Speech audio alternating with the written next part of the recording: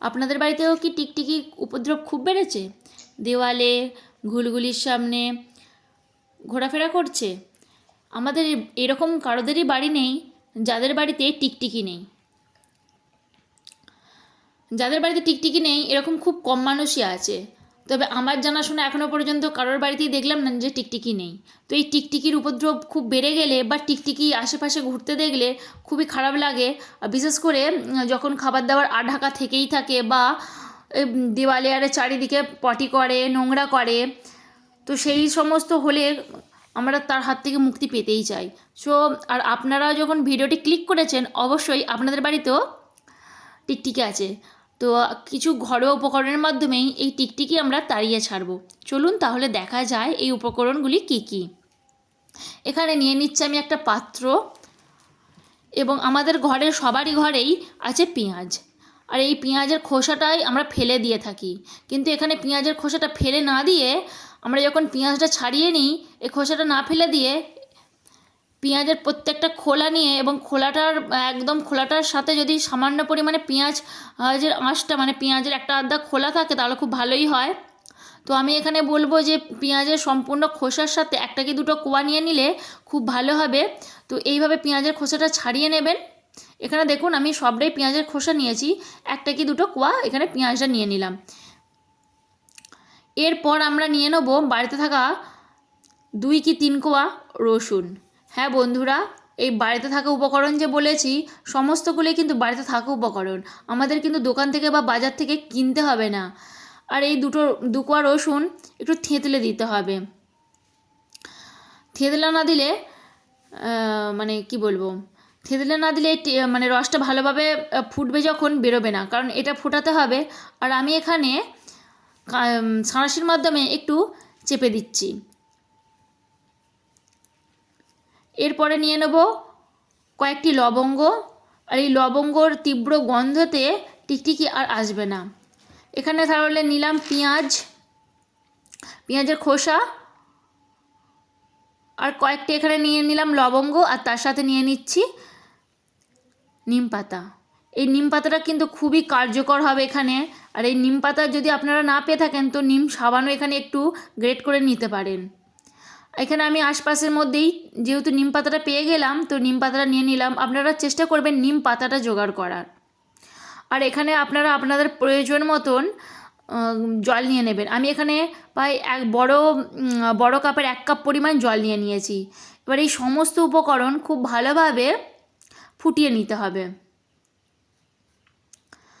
তো এখানে ফোটাতে হবে অনেকটা সময় নিয়ে। প্রথমে আঁচটা একটু জোর করে দিতে হবে এবং তারপরেই আঁচটা আস্তে করে 2 থেকে 3 মিনিট খুব ভালোভাবে ফুটিয়ে নিতে হবে, যতক্ষণ না কালারটা চেঞ্জ হচ্ছে। এখানে দেখুন কালারটা এখনও পর্যন্ত একটুও চেঞ্জ হয়নি। এরই মধ্যে কালারটা কতটা পরিমাণে চেঞ্জ হয়ে যাবে। আর এই কালারটা চেঞ্জ হয়ে যাওয়ার পর আপনারা কিন্তু এই রসটা ইউজ করতে হবে। আর এই রসটা ইউজ করবেন এবং এই জিনিসটা কি ফেলে দেবেন না, এই জিনিসটাও আপনারা রেখে দেবেন। কারণ টিকটিকি এমনই একটা জিনিস, এটা বারবার যাবে কিন্তু কিছুদিনের পর পর আবার ফিরে আসবে। তবে এই উপকরণটি আপনি যদি ইউজ করেন তাহলে এখন অনেক দিন যাবৎ, এখন 2-3 মাস যাবৎ কিছুতেই এটা ফিরে আসবে না। আবার যখন আসবে ফিরে তো আবার অবশ্যই আপনারা এইরকম একবার উপকরণটি তৈরি করে নেবেন। এখানে দেখুন কালারটা কতটা পরিমাণে চেঞ্জ হয়ে এসেছে। এই জলটা এখন কিছুক্ষণ ফুটতে দিতে হবে। আর এই জলটা ফোটার পরে জলটাকে কিন্তু পুরোপুরি ঠান্ডা করে নিতে হবে। হ্যাঁ বন্ধুরা, আর যদি আপনাদের এইরকম ঘরোয়া টোটকাগুলো ভালো লাগে বা কাজে দেয় তাহলে অবশ্যই আমার পাশে থাকুন, এবং যদি নতুন বন্ধু হয় সাবস্ক্রাইব করে পাশে থাকুন।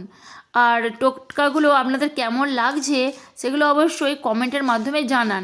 আপনাদের একটা লাইক, একটা কমেন্ট আমাকে পরবর্তী ভিডিও বানাতে সাহায্য করবে। না বন্ধুরা, এখনও কিন্তু ভিডিওটি এখানে শেষ হয়নি। ভিডিওটি এখনও পর্যন্ত 1-2 মিনিট সময় নিয়ে দেখুন। এখানে জলটা আমি ঠান্ডা করে নিয়েছি। তো জলটা ঠান্ডা করে নেবার পর দেখুন কালারটা কীরকম হয়ে গেছে। এবার নিয়ে নিতে হবে আমাদের বাড়িতে কম বেশি সকলের বাড়িতেই একটা করে যে কোনো ধরনের স্প্রে করা যাবে এই রকম বোতল নিয়ে নেবেন, তাহলে খুব সুবিধা হবে। আমার বাড়িতে যেহেতু এখানে এখানে খালি কলিনের বোতল ছিল, তো আমি খালি কলিনের বোতলটা এখানে ইউজ করছি। আপনাদের বাড়িতে স্প্রে করা যাবে এরকম যে কোনো ধরনের বোতল আপনারা ইউজ করতে পারেন। তবে সবথেকে ভালো এই কলিনেরটাই আমাদের বাড়িতে বেশিরভাগ থেকে থাকে, আর এটাই কিন্তু ইউজ করার পক্ষে খুব ভালো হয়। তো আপনারা প্রয়োজন মতন নিয়ে নিতে পারেন।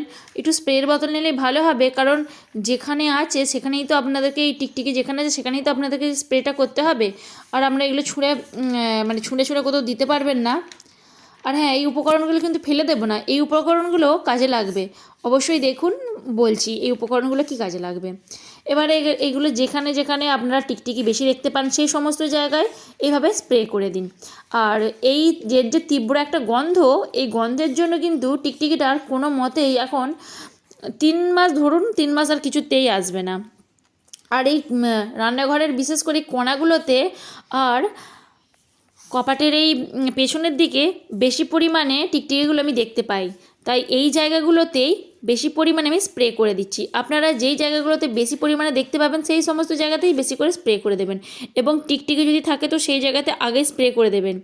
এখানে দেখুন, কম্পিউটার টেবিলের ওপরে এইভাবে দেখুন এখানে টিকটিকি আছে, তো এই টিকটিকিগুলোর উপরে তো আমরা স্প্রে করতে পারবো না, তো কী করবো এই জায়গাতে?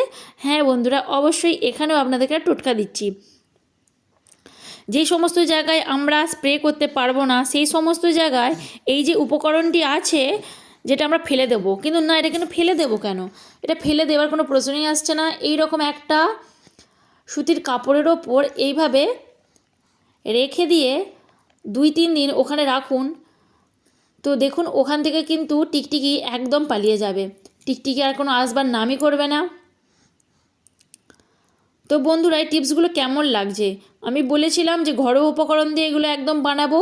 তো দেখুন, পেঁয়াজ, লবঙ্গ, আর রসুন এবং নিমপাতা সমস্ত কিছুই কিন্তু আমাদের বাড়িতে থাকে। নিমপাতাটা হয়তো বাড়িতে থাকে না, কিন্তু বাড়ির আশপাশে অবশ্যই থাকে। তো বন্ধুরা, এই রকম ঘরোয়া উপকরণ দিয়ে আরও এই ধরনের টোটকা পেতে অবশ্যই আমার চ্যানেলটা সাবস্ক্রাইব করে রাখুন, এবং ভিডিওটি আজকে শেষ পর্যন্ত কেমন লাগলো অবশ্যই কমেন্টে জানান। আর কী এমন ধরনের ভিডিও দেখতে চাইছেন অবশ্যই একটা কমেন্ট করে জানান, আমি চেষ্টা করব আপনাদেরকে সেই ধরনের ভিডিও দিতে। নমস্কার।